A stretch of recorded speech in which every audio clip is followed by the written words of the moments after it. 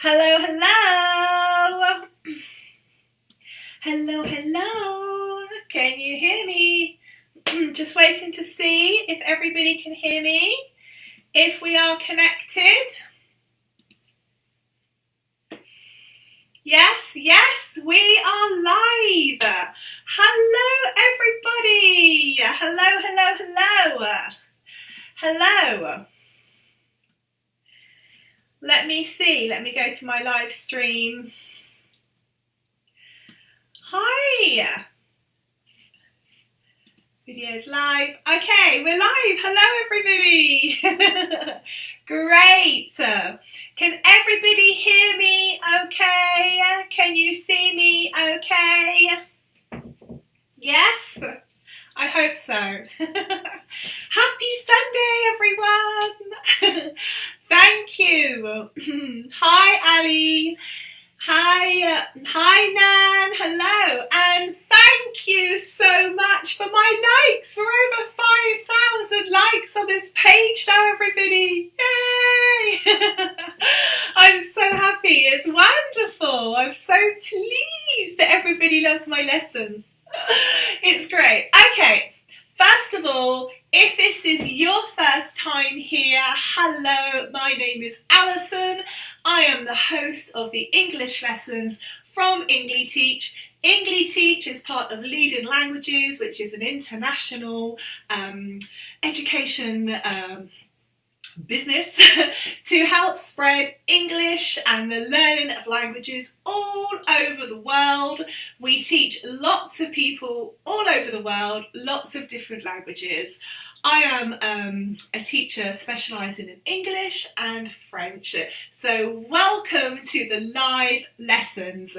Now, if you want to go a little bit further in your English learning, you can go along to Engliteachcom, which is the website.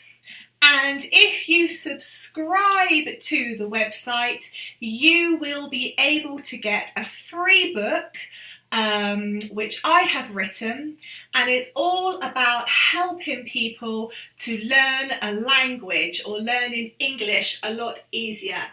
So my speciality is in teaching. I teach students, I teach people, and I teach teachers all over the world how to learn as well as how to teach.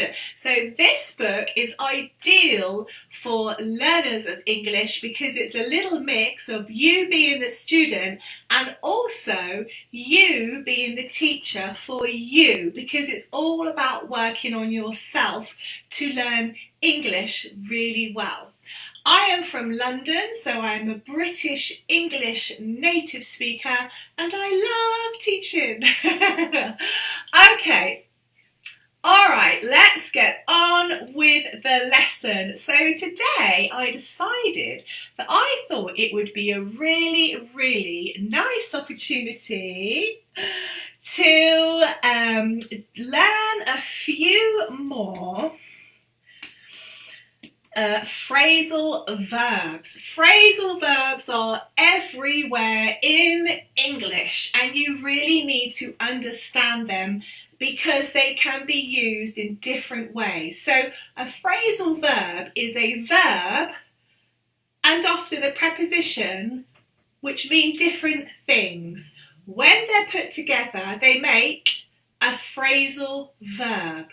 But one phrasal verb can be used in many different ways because it might have 2 or 3 or sometimes even 4 different meanings. So let's have a look at exactly what I mean by that. But first of all, I have a little treat for you. Boosh! Hello! I had to do that. All right. Okay. Thank you for your comments. If you see me looking down here, it's because I'm reading your comments as I'm teaching you live in my live stream. But I don't look at them all the time because obviously I'm teaching you. Okay, so the first phrasal verb that we are going to look at is take 5. Okay, take 5, take 5. Now, lots of people might think this is just something that you can say, for example, football teams, rugby teams, anyone playing in a game will say, okay guys, let's take 5, let's take 5. That means let's have a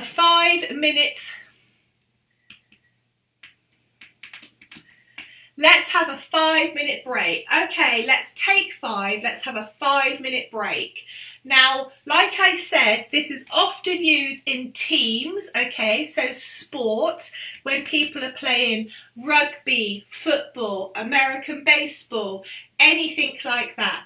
But it can also be used in to manage a difficult and negative situation.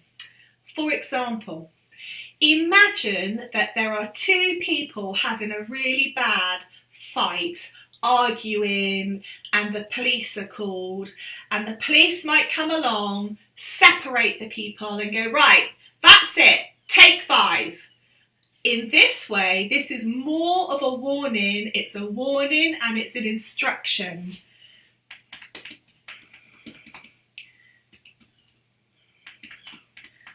Okay, so it's not always a really welcoming word. Parents can use it as well. Saying, right, that's it, take 5, go to your room, or take 5, go and sit over there. Teachers will use it in a classroom. I don't teach that much in classrooms anymore. I used to, but I used to say to my student, right, that's it. You can go and sit on that desk. You can go and sit on that desk. You take 5. No talking, take 5. So it can be very useful. Right, pause. I have a question. Is the accent important? This comes from Ramadan. Ramadan, is the, let's put it up here. Question, is the accent important? Is the accent important? For what? For speaking a language? Yes, definitely, definitely.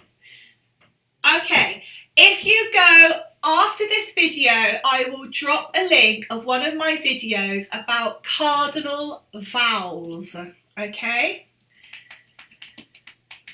Cardinal vowels. Cardinal vowels are the way every person will pronounce a vowel. So the vowels are A, E, I, O, and U, and sometimes Y.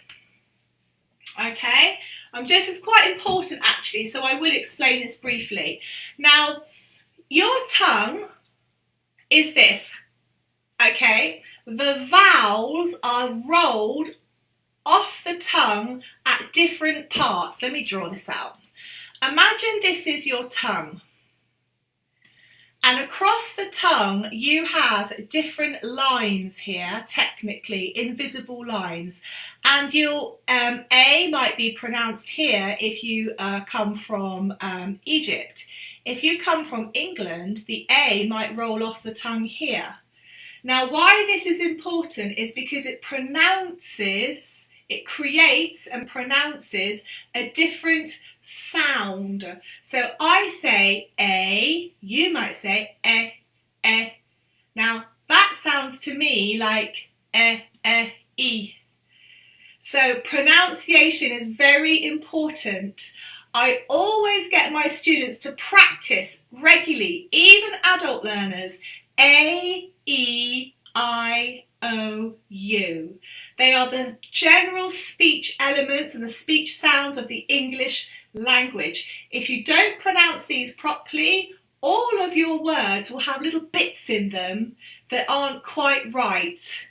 You know, I would say, let me see. I would say phone, phone with the O, A-E-I-O, you phone. Lots of people might say phone, phone, phone. It's a shorter sound, it's something different. To me, that means something different. So in a nutshell, pronunciation is very important, but I have done a whole video on this in cardinal vowels, so go and have a look at it after this video. Okay, right, let's get back to it. So we're talking about phrasal verbs. So we have done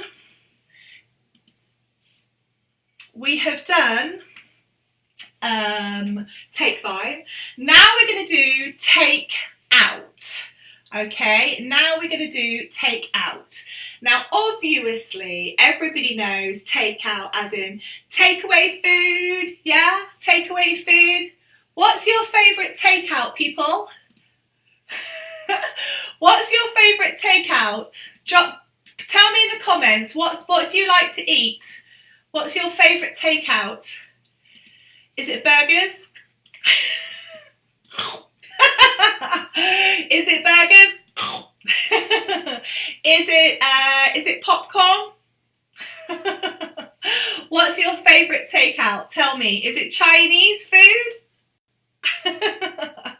You tell me. Okay, tell me in the comments. So takeout often means take away food. Okay, take out, take away food. I'm just going to put food. Okay.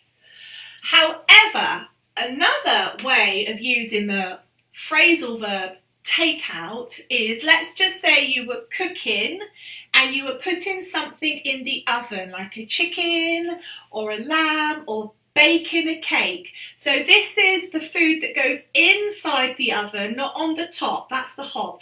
This goes inside the oven. You might go, oh, it's 5 o'clock now. The chicken's been cooking a long time. I'm going to take out the chicken. Okay, I'm going to take out the chicken. I'm going to take out the chicken. Okay, boom. I'm going to take out the chicken. So take out has got 2 different meanings. I'm now going to give you a third way of using take out. Again, it means something completely different. Let's say you were going for a walk or coming home from work and you suddenly hear meow, meow, meow.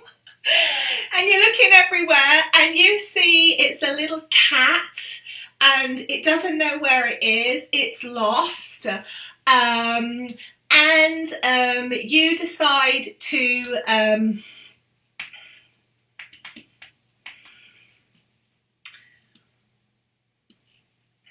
take out, you decide to take out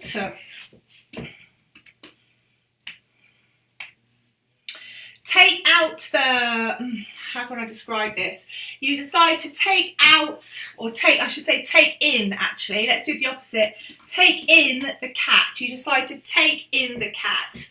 Let's do it in a different way. Take in the cat. So take in this way also means adopts. Adopts. To adopt something, to take it in, to care for it. To care for it, okay? So take out and take out and take in kind of can mean literally the same thing, but they're not, okay? They are different. Right, I'm just going to move that one down for a little bit. The next one I want to do for take out is we kind of merge there into take in. I want to keep that separate. So we've got take out for food, okay? You've got I'm going to take out the chicken, okay? And the third one, now you hear this lots in films, okay? I'm going to put here in films. You will hear like the bad guys, the gangsters saying, I'm going to take him out, take him out, take out the team, take out the mob. That's like, that means to kill or to assassinate, okay? And this is typical language in films and drama when you've got the bad guys with the guns and that type of thing. So in films, take out also means to assassinate, to kill. I'm going to take out the mob in London, for example. I don't know. It's crazy, teacher. Okay. All right, so that's take out. Is everything good? Yes. Let's go back to take in a little bit. Okay, so I talked about the cat. Take in the cat. The other thing as well, the other way of using this is for clothes. For clothes. Let's say you go shopping and you buy a really lovely top. You buy a nice piece of clothing, maybe a suit or a dress. You go home, you haven't tried it on in the shop. You go home and it's too big. It's like too big.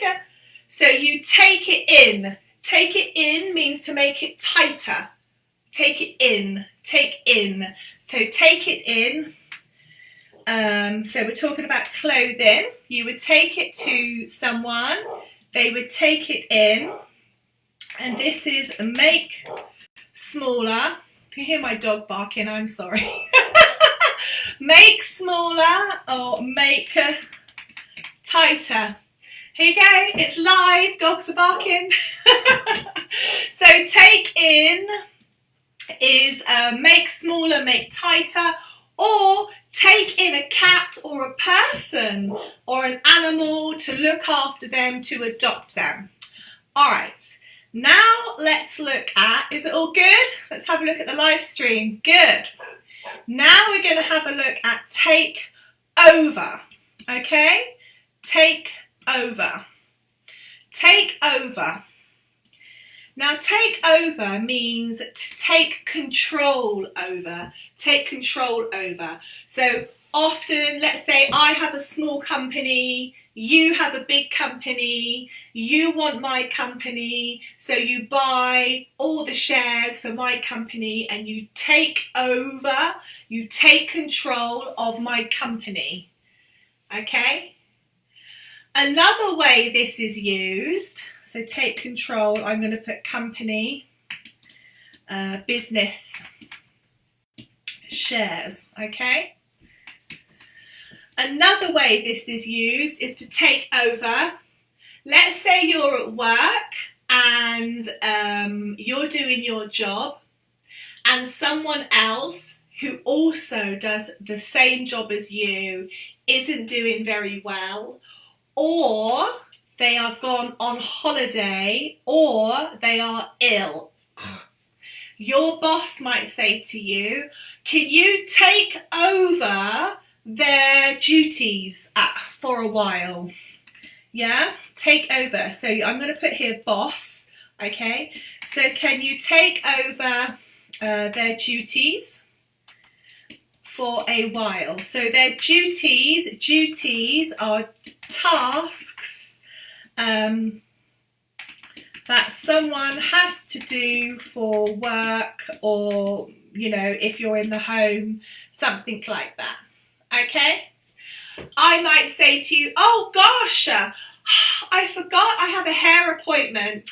I was gardening. Can you take over where I left off? Can you take over? That's a good one, actually. Can you take over where I left off? Okay.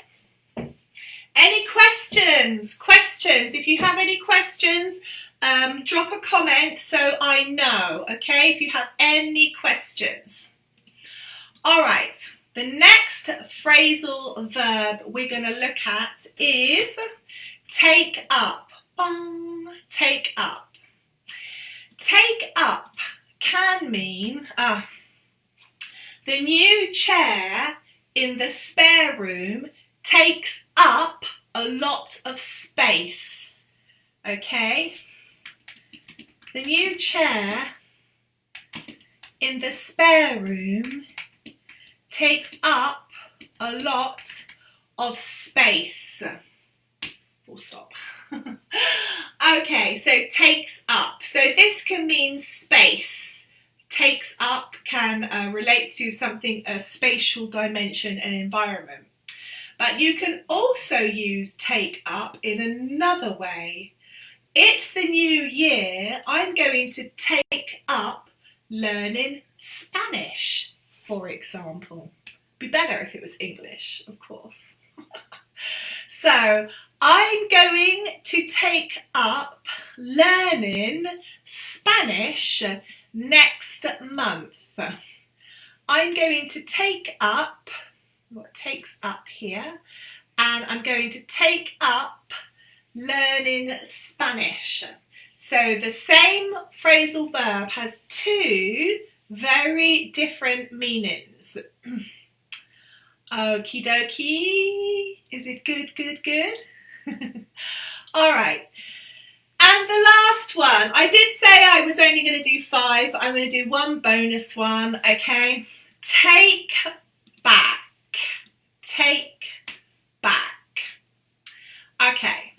Now, it could be something simple like, I lend you my phone to make a call, and then after I take it back.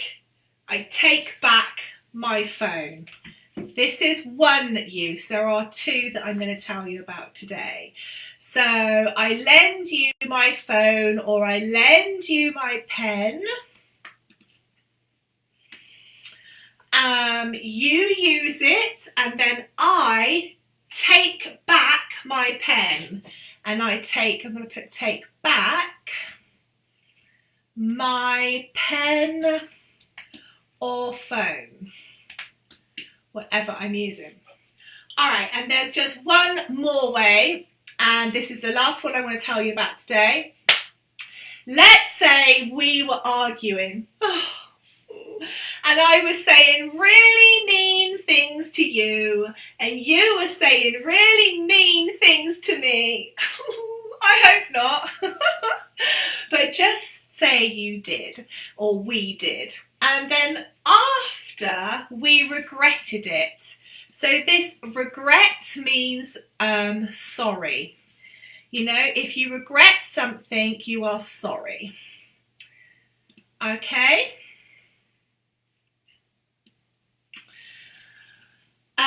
Then I can say to you, I'm sorry, I take back what I said.